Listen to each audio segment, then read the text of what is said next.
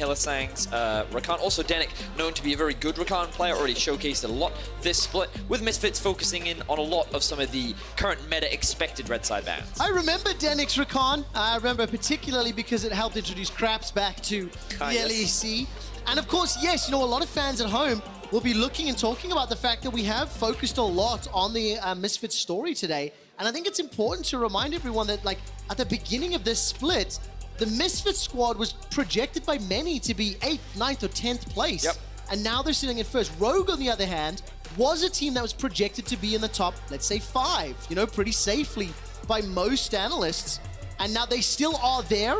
I want to see how competitive this game is going to be. Yesterday, Rogue disappointed me a little bit. I know that they can do better in the early game, and I'm hoping they can bring it out today. They've already locked in the Yuumi. Bvoy's got himself the misfortune on the other side. So what are they going to prioritize? We've been seeing a bit of an evolution of the meta right now, where we're not always seeing those Lee Sins, the Elise picks, coming in on the very early rotations. Instead, we've been seeing a lot of top lane picks. Set in particular is someone that sits at the top priority. I'm personally not a fan of just blind picking him. I'm also not really a fan of Aatrox being used as an answer. Not to say that Aatrox isn't a fine pick into the matchup, but I feel that there are much stronger picks that can better punish the set in the 1 versus 1. No, I just feel like there's these windows of opportunity where either Set or Aatrox can, you know, take advantage. And VandeR, I'd love for you to share some insight into where you think that can happen in game. When we get in game, we'll talk a little bit about it. But for Rogue, it looks like that they've gone for pretty meta. Bot side is going to be playing much more towards the weak side of the map with the Ezreal and the Yuumi.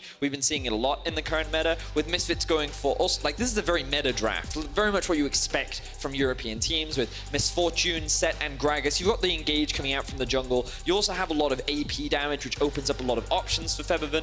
He could continue to play things like the Azir if he wants to, but he'll also get the counter pick at the very end. Are you pretty confident already this is going to be Set Aatrox top, or do you think they're just going to swap each other? I'm expecting Set top, but that's one of the great things about Set, and I think something that often gets overlooked is how he can be used as a flex pick. You can move him into mid. Technically, he can be jungled as well. I know... I've heard support very recently, too. Yes, support as well. I know TSM played it not too long ago, so I think that it can be a possible pick in multiple positions, depending on where you want to put it. For now, though, it looks like that it will be in the top lane, depending on what comes through now for Rogue, with Ornn taken off the board. Yeah, that's the main reason why I expect it. I'm so glad it's gone. I'm so glad Ornn is gone. It's just, he's everywhere right now, and I like to not cast him in every single game, so it's it makes me smile. And that's a pike. I like this. I like this a lot from Denyk. I think it's really good into... you have so much pressure in this 2 versus 2 now. And one of the things about Yuumi Ezreal is why it can be obnoxious because of the amount of poke that it has in lane. It doesn't really threaten things like dives. It's not the best composition when it comes to trying to kill the MF, which means that this gives a lot of freedom for the Pike to roam around the map and work with Razork to look for kills. And I think that's where we've seen a lot of the success of this Misfits squad come from. The fact that Denyk and Razork work so well together, they often play through the mid lane as well, has enabled them to have very strong mid games over the last few weeks. Ooh, very, very fun indeed. And there we go. Aatrox will be in the top lane as Larssen has snuck away that Azir, and now Febiven will get the chance to run something into it. What would you like to see considering the composition already? I'm trying to think. I mean, Ryze is an option, but I don't think it's the best pick. They could consider Veigar, depending on how much they've played it. I don't think they will, though. I don't think it's their style of champion. Yeah, they're going to stick for a little more standard. Zoe's fine. I wouldn't say that it's like a hard counter or anything, but it's difficult for the Azir to bully you out early. You have good wave clear. You have good pick power. Synergizes quite well with the Pike, but just kind of looking at the comps in their entirety, Misfits comp doesn't actually have a huge amount of crowd control. They have a lot of single target CC, things like the Zoe E, the Pike Q, the stun from Pike as well. A lot of their engage is going to have to come from the Gragas. Meanwhile, for Rogue, they actually have a lot of range on their comp. Whenever I look at champions like Ezreal and Azir, a lot of their scaling is influenced by how easy they are to kill in the late game. And so, yes, you do have Pike that can threaten the backline. Set, depending on what target he's able to get on top of, can use those to be able to dive onto the backline as well. But with things like Yuumi and with the disengage available on Rogue, I think they have a lot of disengage. So I think that one of the things that Misfits is going to struggle with is actually killing the carries of Rogue. So I think this early game is really important for them, and I'd love to see them invest a lot into mid in order to try and get get Febiven ahead. But I also wondered to myself, when you look at the Aatrox and the Java, they are fairly tanky, but there's a lot of damage on the side of the Misfits squad. So if they get that single target CC, if they're in control of the game, maybe they can also use that pick to their favor, so to speak. Yesterday, of course, I went real ham, Vedius, on Rogue's early game strengths and their stats. And like I was looking at all of like their first dragon percentage, first tower, first blood, number of towers secured. And of course, naturally, after I hammed them up, they didn't deliver on many of those things. Yep. But I do want to mention it again that up until very recently, and even including yesterday, Rogue still have a fantastic early game. So Misfits cannot afford to disregard that. They do have to be aware and give Rogue the respect that they deserve, because we've seen what Rogue can do up until this week as well. But the thing is, Rogue's advantages largely come from the fact that they have very good players and laners, which means that they often just beat down their opponents in the 2v2s and the 1v1s, and that's where they build their leads. And then with the small leads that they get from lane, they're very good at transitioning that around the map. But then you'd have to make the statement that Rogue's players are just straight up better than Misfits players. Yeah. They have the ability to build those advantages, and based on what we've been seeing from Misfits recently, I don't know if you can reliably expect Rogue to get those kind of advantages, because they definitely couldn't do it against Fnatic yesterday. And, you know, given that Misfits is sitting at the top of the table, we'll see if they can do it today. The thing is, Rogue have shown that they could get those advantages 4.5 weeks ago. Because this was one of the first games that Misfits played at the beginning of the Spring Split. Misfits was going 0-2. It's true. And they dropped a game to Rogue. But it feels like that team in week 1 from Misfits has not come back to the stage. Yeah, I mean, Dan stopped playing Nocturne top is also one of the things It helps a lot. It helps a lot. I particularly remember your cameo in that game. Yeah. I mean, definitely, the player has definitely gotten a lot better since then, that's for sure. Hopefully now, with this higher level of performance, you'll bring the champion back and everyone can see its glory. But in any case, we can see that junglers right now starting on bot side of the map for both of them. What is this? I'm having a look at Inspired right now. He's gone red, he's looking for mid. Is he gonna go for a very early level 2 gank? He's already swept this out.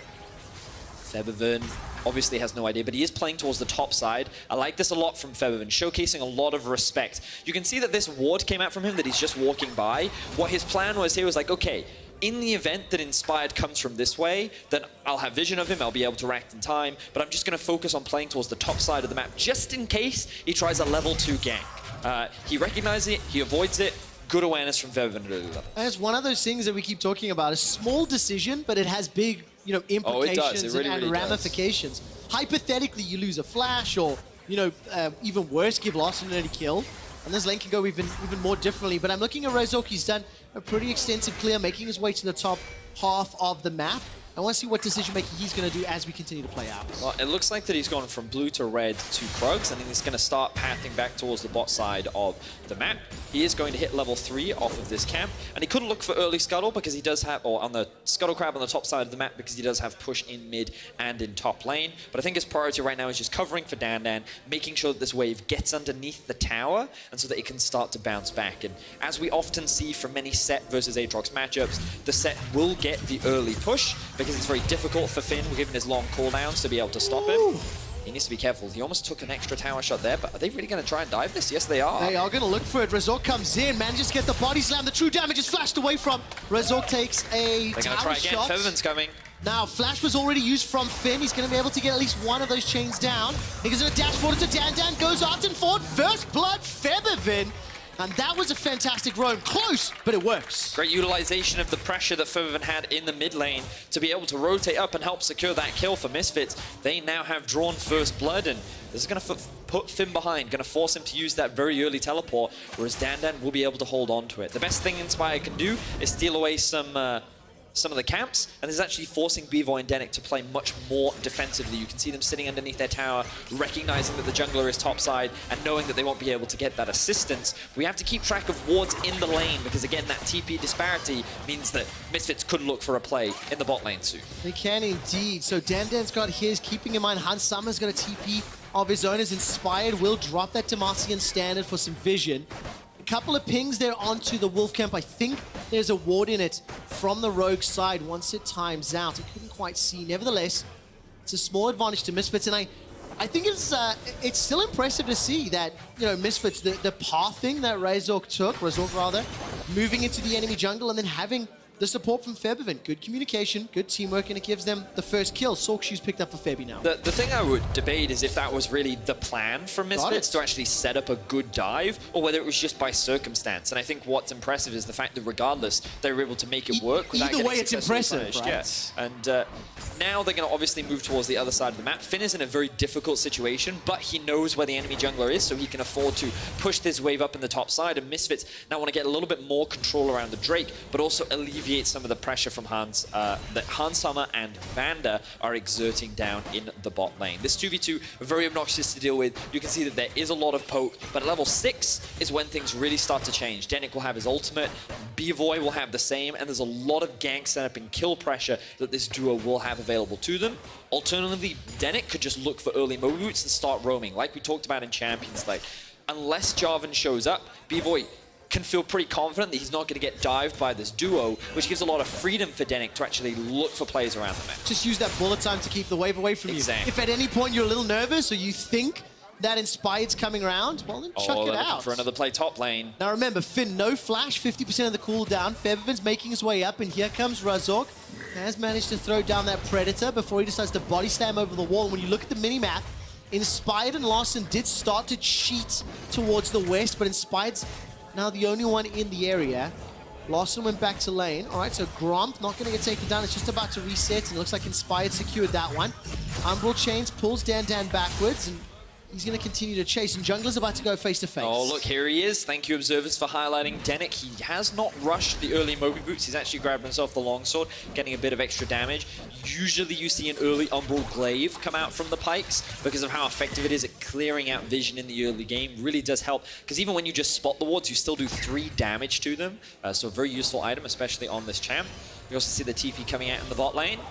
And this was just Denyk looking for another opportunity. But I wanted to highlight how well Misfits are playing with their waves right now. So much respect coming out from the bot side of the map. You can see that, yes, the CS discrepancy is building, but that's because so far in this early game, Misfits' game plan has been to play around top.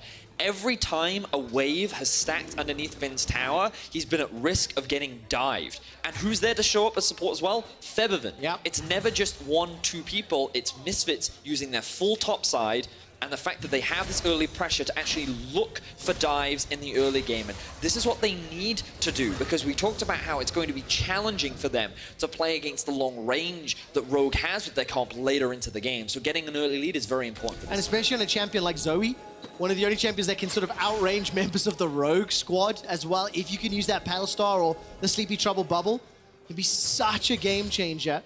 But as it stands, 64 CS to 62 in the mid lane, 69 to 55. Bvoy slowly falling behind, but there's a very big wave, maybe 2 waves actually, moving towards him as Denyk had already left the lane a few moments ago. But of course, for every CS that Bvoy is losing, Dan is making up for. And now, with the numbers advantage at the bottom half of the map, as well as a very big wave at the tower, Rogue is going in for the Mouse and Drake. Yeah, they're going to utilize their pressure to try and maintain control, admittedly, while Finn has been pressured a lot and is falling behind. Larssen is doing a great job of farming in the mid lane. Inspired has maintained good vision control, but quickly have a look at this ward just behind the Drake. This is a great flanking opportunity that Misfits could use, because Dan does have a teleport advantage. They recognize, they see it, and again, look at the minimap. Set moving it to the top lane. He's waiting for that TP. Here it comes. All right, starting to channel. No interrupt yet from Finn. Won't be able to get there closely. The pressure alone will allow the Dragon to be secured, but now at what cost? That's what I want to understand. Teleport has been used, and the True Shot Barrage almost taking out Bvoy, but Dan's still waiting in the wings. So if Hansam and VandeR push forward, they could be in trouble, and it looks like Dan is going fishing.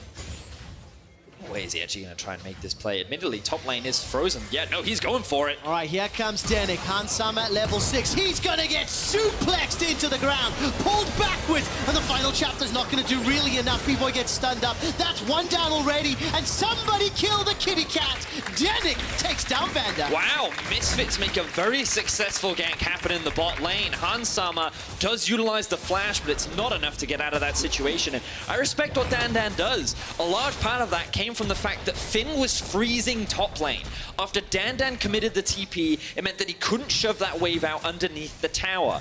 because of this, he recognized, okay, well, going back top lane is actually not just going to do me that many favors. Instead, let's set up a trap. Let's catch Hansama thinking that he could push out this wave because Bvoy looks like he's going to base. So many mind games were at play in this situation. Again, just draw your attention to the minimap. Finn is freezing here, so there's nothing that Dan can do. Instead, he's like, let's go bot lane. Let's make this play happen. The suplex comes out. Bvoy and Denyk arrive from the shadows, and Hansama is just slowed so much that he can't escape.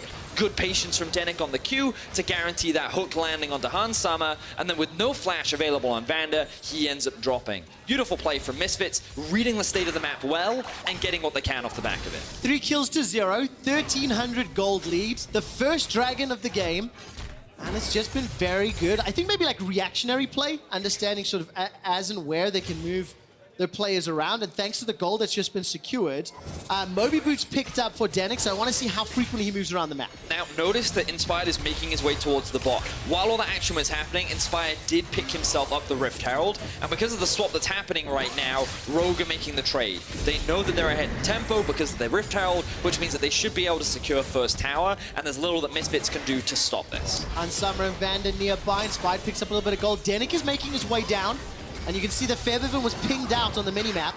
The tower did not fall, my friend. It was killed quickly enough.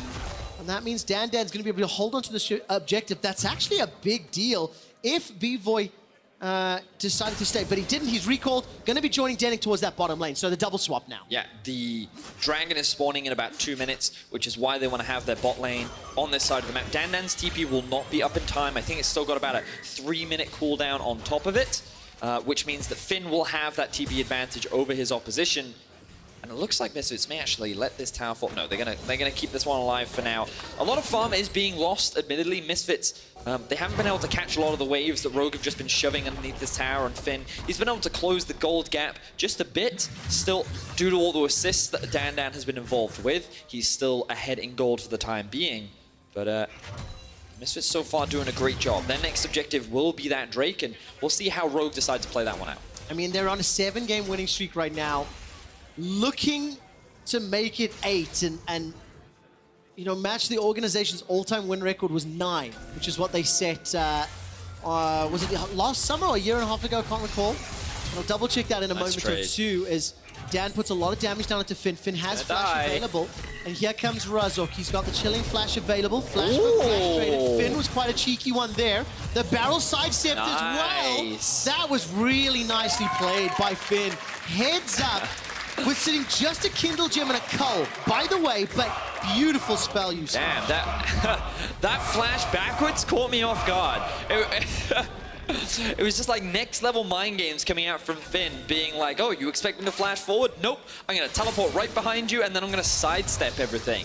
He knew that DanDan won't be able to close the gap fast enough because Set, you know, not the most mobile champion yet. He can run fast, but he doesn't have any real gap closers unless someone is nearby. And you will get to see a small replay in the bottom left-hand corner of your screen. And notice here, Finn, really good early flash from Razork, but then Finn just goes backwards because he knows he's going to get ulted anyway, and then he sidesteps it. Just beautifully played for Finn to be able to get out of that situation. Will, of course, put him behind a little bit, but towers will be traded on both sides. Misfits now sit with a 2k gold lead. Fantastic performance. 20 seconds until the next dragon. Let's look at the vision. Let's set some expectations, Vedius. Who is going to be in a better position to set this one up? It feels like Rogue are starting to move that way somewhat. You can see Hansama positioning himself in the mid lane, but Misfits already inside the river and starting to put some vision down. Well, because no first items have actually been completed yet, it's difficult to say right now who has the advantage. I would say that because Hansama has completed both the Sheen and is already sitting on the Mana Mune, or the Mana Mune, that Rogue should actually have a decent amount of poke damage available already. But they have to respect how strong DanDan is at this point. But with no teleport, I think right now Rogue just aren't in a position to be able to contest, so they're not even going to try. They're going to trade up towards the top side. Maybe they'll look for early Herald. Look at Larssen. How much trouble is he in? He's pushed up to the tower. Not a lot of vision though. Teleport is available for Finn. He needs to start channeling, and he does. That's a good amount of damage. All of a sudden, the Fire Rift has spawned. Larssen and Finn find themselves on what I thought was enemy lines, but actually they control the corner. So the problem with this play is it didn't actually allow Rogue to trade, because the game plan would have been, okay, we don't want to bother finding them at Drake. It's fine. We know we scale. Let's not bother taking the risk. Instead, we'll just take top tier 1 and we'll call it even.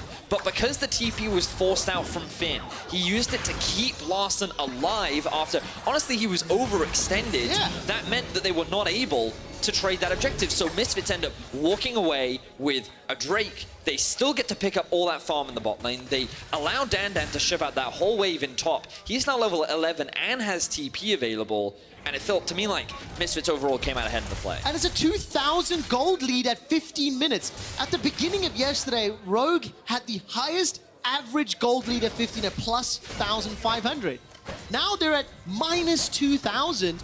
And you've got to give a lot of credit to Misfits' decision-making to build this advantage. But again, a lot of it has come from the fact that their bot lane often plays very well. And admittedly, we can see in this game, HansSummer and VandeR had a big advantage over Bvoy and Denyk. But the difference was Finn wasn't just stomping top. Larssen wasn't just holding his, well, stomping mid. He was actually going very even with mid lane. They were losing top side, which means that that advantage that HansSummer and VandeR built was not so overwhelming that it was taking over the map. And Misfits recognized this and responded in kind. All right, DanDan stepping forward. Remember, for anyone that watched Ender's segment about 2 weeks ago, the simplest way to deal with sets is just to run away. And that was it, just demonstrated flawlessly. Well done, Larssen. True mastery of how to deal with an enemy set. And Febiven at the moment is under a little bit of pressure from HansSummer, but you can see waiting in the wings there is some support. And True Shopper, wow, that would have killed him. Almost taking him out. Nice ulti there from HansSummer. Now this kind of changes the state of things, because if we have a look at the minimap, you'll notice that Finn is pushing out bot wave. And this typically means that Misfits, because they have the push in top and have the push in mid, they would have control around this objective, but there's no mid laner now available on Misfits. So this can be a 4v4 situation, but Larsen's backing. Larsen's backing, there's no TP on Finn. They're not in a position to contest, so again, they're not going to. And this isn't the end of the world, because we look at Rogue's comp, we've already talked about how in the late game, this will be difficult to play against for Misfits just because of the amount of range that they will have at their disposal, the amount of poke, the amount of harassment, and the disengage tools that they have with this comp mean that it will be difficult for Misfits to dive. So it seems that Rogue's approach for the time being is just, let's not risk it, let's just wait. And with the Trinity Force now being completed on HansSummer, it feels like that there's no real pressure on Rogue right now, especially when they still have their mid-tier 1 up and alive. Yeah, got the Manamune, the Triforce. Nash's Tooth was just picked up by Larssen.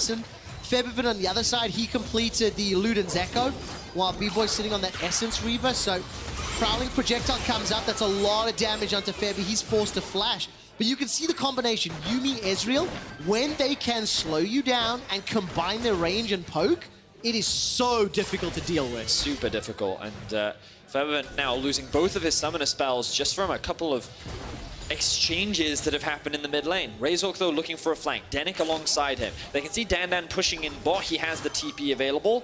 Is HansSummer going to get picked off? Let's find out, let's find out. That's going to get caught back by the Bone Skewer, but Razork held onto any follow-up. Sleepy Trouble Bubble, not going to get fired. But when that Bone Skewer was fired out, I wondered if Razork wanted to go in. He's level 9 right now to the 8 of Inspired, who is now a little bit south of the team. Rift Herald has been picked up. He has been channeled. And that will be another tower secured as DanDan is now rotated with the rest of the squad. Rift Herald will get a secondary charge into this inner turret while Larssen is pushing in the top lane. The minion wave has been cleared out. HansSummer goes down the barrel, will knock back two. Bullet time comes down and it will zone away the rest of Rogue. But frankly, not quite what Misfits was hoping for. It ends up being a trade, 2 towers apiece. Rogue are fine with this trade for now. They're still getting gold back out onto the map. HansSummer has now completed the Manamune. So Rogue is still on that scaling hype train. They're still waiting for the late game. And Misfits, while they do have a solid early game lead and they're pressuring it, it's not like Rogue is getting nothing in return. Our observers just highlighted the difference in gold, and you can see mid is very even. Bot is in fact slightly ahead, and things are still fine for Rogue. They're not in such a deficit that they're going to lose, and they're in a better position right now for the Drake. The biggest thing is, again, I'm going to bring our attention to the minimap. Look at this ward that's available right behind them. They can use this as a TP opportunity to flank on the Rogue squad to then try and set up a play. The TP is available on DanDan. He has his Trinity Force completed. Are we going to see the TP come through? Oh, it's time to fight, but the Dragon's going to be secured already. That is very crucial for Rogue. Slowing down the soul opportunity for Misfits. is definitely going to be a victory. The Misfits, they were just a little too slow to react to that one. Despite the ward, it would have taken time for VandeR to get in there. And now Rogue, they're actually in prime position to at least pressure this mid lane. But you have to feel that there is an engage opportunity. Razork gets jumped on. He goes golden by the stopwatch, locked inside the Cataclysm. VandeR starts to teleport, but that's already a dead jungler for Misfits. Rogue on the board of their first kill. Yeah, good pick coming out from Rogue, and this is what they need to do. You already talked about it. Rogue is in the better position for the Drake. They're in a better position for the mid lane tower. Their waves are pushing in their favor right now. They don't need to stress about those, and instead just have Misfits sit on these side lanes, spread their resources thin. Misfits are able to hold on to the tier 1 for now, and Rogue likely looking to reset. Yeah, but now the shoe is on the other foot, or we have to look at the other team, because VandeR no TP, all of a sudden Finn has his available, and Misfits have got that mid-outer turret to defend. What literally Misfits' situation that they were playing in for the last 10 minutes has now been reversed, and Rogue, if they want to play on those side lanes, you can see Finn pushing out the bot. He's going to have the availability to do so. Yeah, so I didn't actually notice in the last play, but VandeR TP'd to a ward that was in the middle of mid lane and tried to set up the flank for his team, and the fact that he wasn't able to work, as you were talking about, quick shot, you're right, it now puts Rogue in a much better position where they can just continue to slow the game down. That TP flank option isn't available, but maybe he doesn't need the TP if he just runs really fast at you. Look at your mini-map. Misfits once again looking for the collapse. Here he comes. All right, Larssen's got Flash and Cleanse available. VandeR's looking for a target to find. He manages to get the showstopper onto Inspired, but VandeR sends him all running away. Inspired lives thanks to the flag and drag. But I like the setup. It ends up being a trade of flashes. Hansama blows his, but so does VandeR. Hansama and Rogue are continuing to hold the line, though. It ends up being, as you rightly said, Quickshot, just a trade in flashes. That's all it is. And the thing is, it now kind of puts pressure on Misfits to threaten the Baron. They're pushing in mid, they have top pushed in, they're clearing out these waves. They do have VandeR to tank the Baron, but it's not the fastest Baron taking team on the planet. They want to force Rogue to face check, see if they can find a pick. They don't want to do it just yet. They're not feeling comfortable enough, and you can see that Rogue feels a little bit of that pressure, but Misfits don't want to try and force it for now. What do you think the Infernal Rift impact has on the game? Because I feel like Zoe's not a huge fan. She doesn't have as many walls to shoot that bubble Sleepy Trouble Bubble through as much. That's true, that's very true. But then similarly, like Gragas, Pyke said they don't mind running between these little alcoves to chase people down. So what do you make of it? You know, what sort of impact will it have on these compositions, how they're going to play for the next 5 to 10 minutes? Because we've seen them, like, battling it out inside the jungle. So I think the biggest thing that Infernal Drake always influences is your ability to actually get to Baron. So now that the map is a lot more open, it's harder for teams to find picks because they're not funneled into these narrow choke points. You now have a couple more options when it comes to approaching the Baron, and you can approach it that much faster. So I think that's going to make it harder for Misfits to threaten and utilize the pick power that the comp does have around this objective, which means that Rogue can just continue to buy more time, look to scale up, and you can see that Larssen is very close to completing what I believe will be a death cap. And once that is done, alongside the Blade of the Ruin King for Hansama, Rogue is online and operational. They're ready to fight. Yeah, they really are. Yeah, Gromp got put to sleep by Febiven.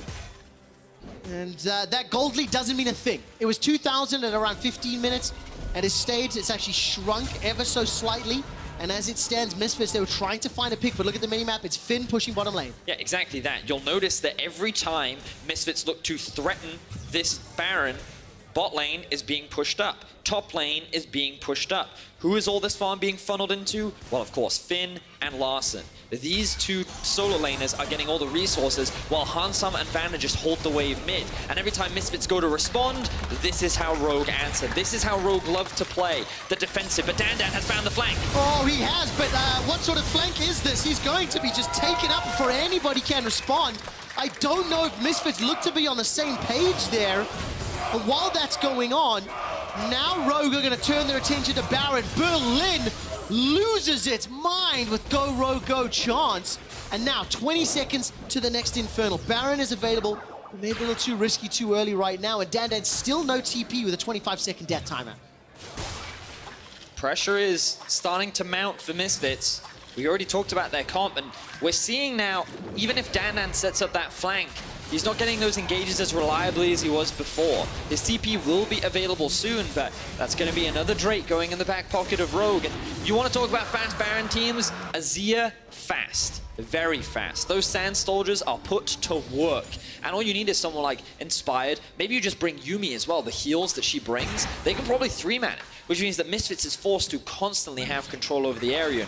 Props to Misfits because they actually have very good vision control. They have a lot of wards tracked all around this objective, and they're also going to secure the Scuttle Crab as well. So it's not...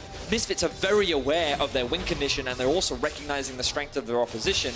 But the problem is they're not successfully putting the pressure onto Rogue just yet. They don't feel like they have the big enough gold advantage. But it's only going to get worse as time goes by. I want to keep bringing our attention to these items. 3 now finished for Hansama. The death cap going to be picked up any second now for Larssen, whereas Bvoy only 2.5 items in. Yes, the death cap is done for Febiven, but they can't just keep stalling the game out like this. They need to put more pressure on, or Rogue is just going to outscale. I'm going to go back to something that you said in Picks and Bans, that the range on Rogue is going to be something difficult for Misfits to deal with. Now you've got this open Infernal map as well. If Misfits can force Rogue to funnel into this Baron pit area, maybe that can help with the Gragas, with the set, with the MF. They'll have a lot of AoE. But my word, at this moment in time, the last 10 minutes, it has been Rogue's game. They have been dictating what is happening where, and now Misfits, they're trying to set up another play. Oh, here comes the set from the flank once again. Finn does have the teleport, but the poke damage coming out from Hansama, good E there to avoid the damage. And just look at how Rogue kite back. Misfits is like, we can't engage, but they force Rogue out. They're now looking to rush down the mid tower. Will Finn be enough to stop them? They've got some damage on this. Will he be able to get the tower before it comes in? That's one knock-up. There goes the flag and drag into the Cataclysm on Razork. The bullet time!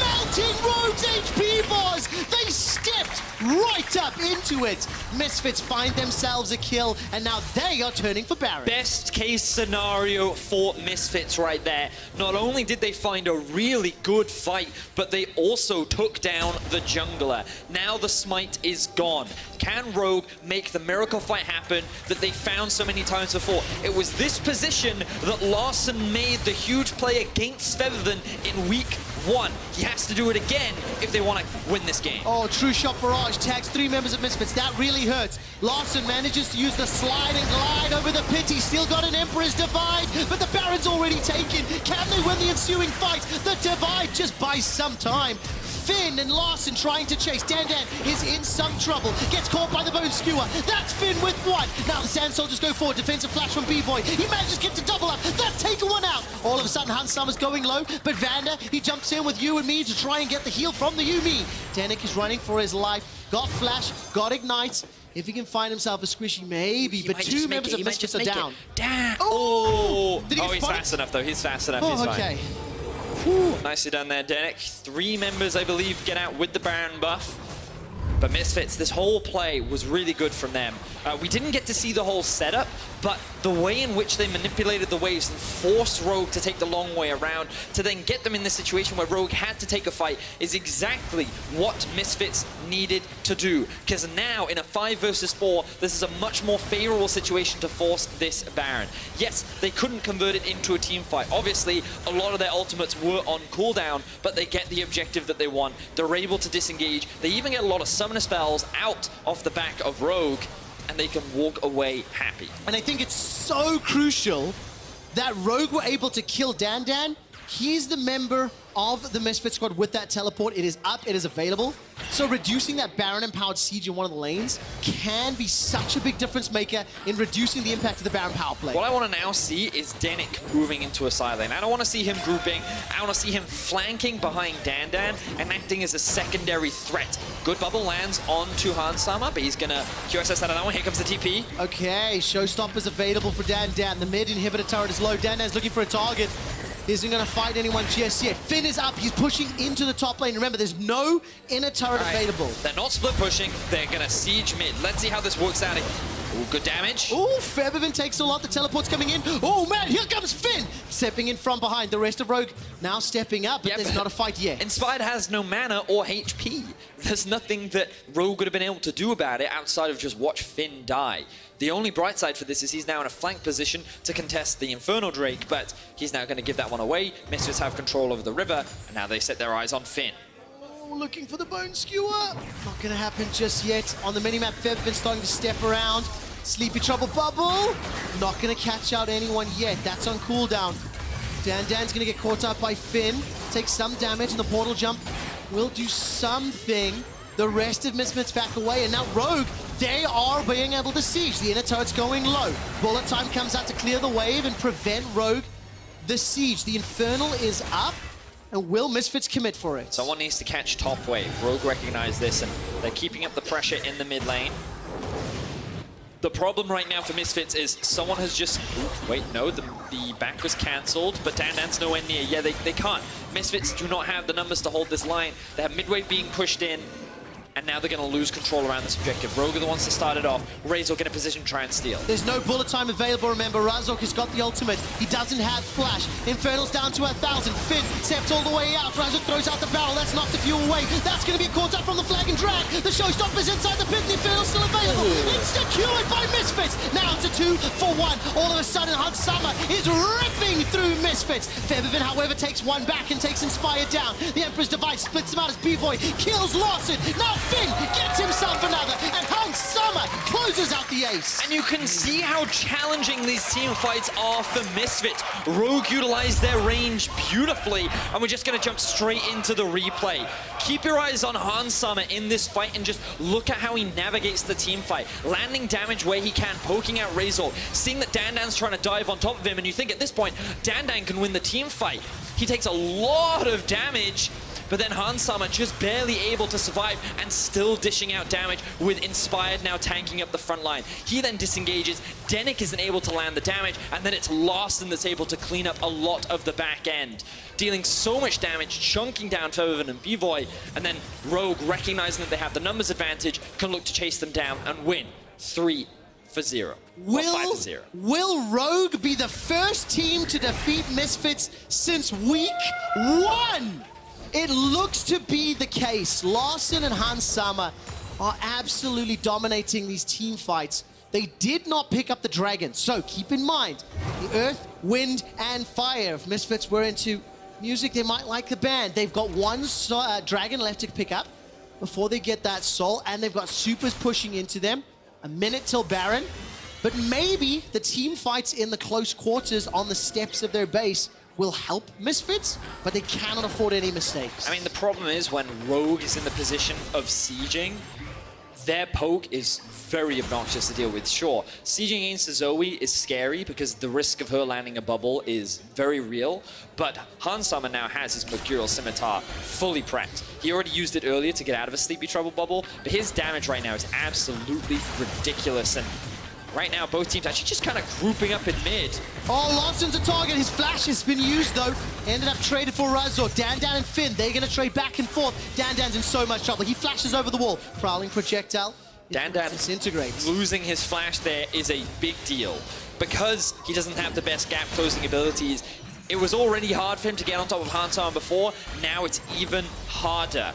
Rogue in control. They have top wave pushing. Yes, someone needs to catch bot wave. They could send Hansama, but they want to keep him in the vicinity because Baron is spawning soon. They're utilizing this pressure in mid to take full vision control over the top side of the map. They need to push out that top wave and get some control wards in the Baron, but they also know that if they wait a little bit, nope, they're just going to start this one off. Azir, we talked about how fast he's taking it, and look, they're two-manning it. Let's see if Denyk can get in the way. He's trying to find a bone skewer. The rest of Misfits are waiting in the wings. Baron has been interrupted. Inspired and Larssen have stepped back. 2 minutes until the Infernal, and Febiven will not be able to find the paddle star. As a quick aside, this is his first professional Zoe ever. Hansama is going to use that arcane shift forward. The last chapter won't be able to find the target, but Bvoy's flash was used to stay alive. Bvoy still has the ultimate, so he's still got a lot of damage, but now that Jarvan is so much scarier. The moment he ults, there's going to be no way to get out for Bvoy. Denyk is going to have to focus on providing peel. rather than trying to execute his opposition, and that's already difficult to do. You can feel the tension starting to build. Both teams really just running down the mid lane.